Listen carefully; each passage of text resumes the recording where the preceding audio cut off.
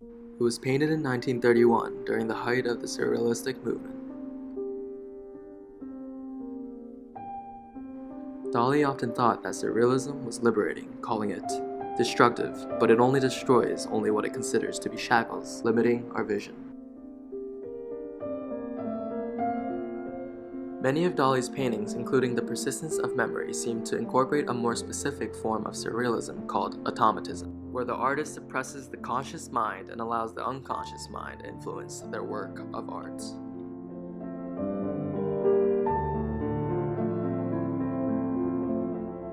Dali focused on a more specific method that he developed called the paranoid critical method. The paranoid critical method is a technique that consists of the artist invoking a paranoid state where he or she fears that the self is being manipulated or controlled by other objects or ideas.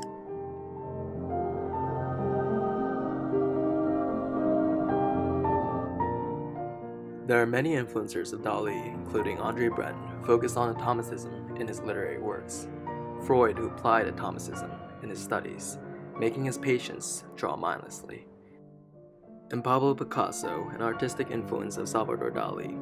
In some of his works, there are subtle moments of Cubism.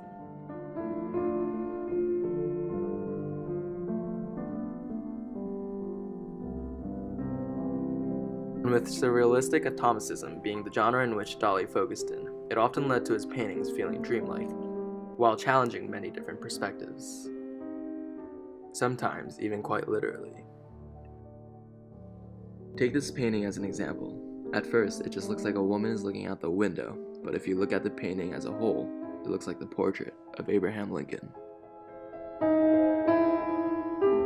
Historians often say that his artwork is influenced by his childhood, and many think that the persistence of memory takes place near the cliffs of Catalonia, Spain, where he was raised. I was initially drawn to this piece because of its feeling of loneliness, and I think Dali achieved this impression with the desert and the still ocean. And I assume that Dali was trying to portray a morning-like feeling because the sun seems to be rising from the east portion of the painting.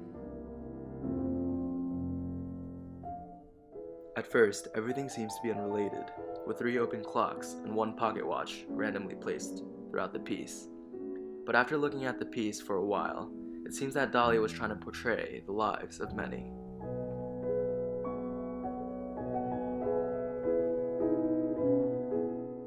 And with the timepieces melting away, I think Dali is telling us to make good use of our time instead of looking towards an unrealistic happiness symbolized by the reminiscent cliffs.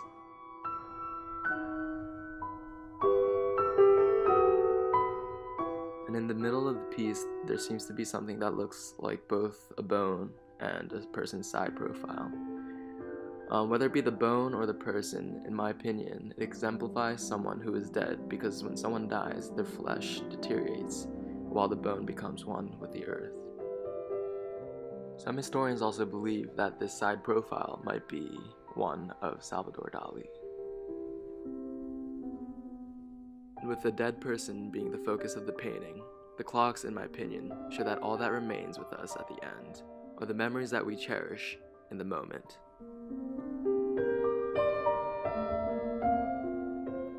The melting clocks also gave me the sense that time is ticking, and our time will eventually come one day. I also find it very interesting that all the clocks are above something, whether it be a dead tree, a dead person, or even a pedestal, as if Dali was trying to tell us that no one can defeat time.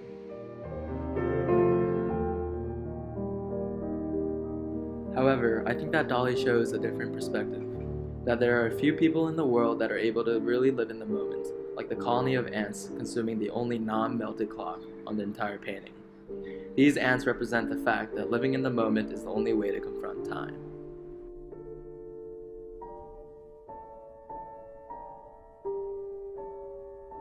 From this, I gather that Salvador Dali wants us to be more like the colony of ants, so that we leave our lives with memories that will persist through time.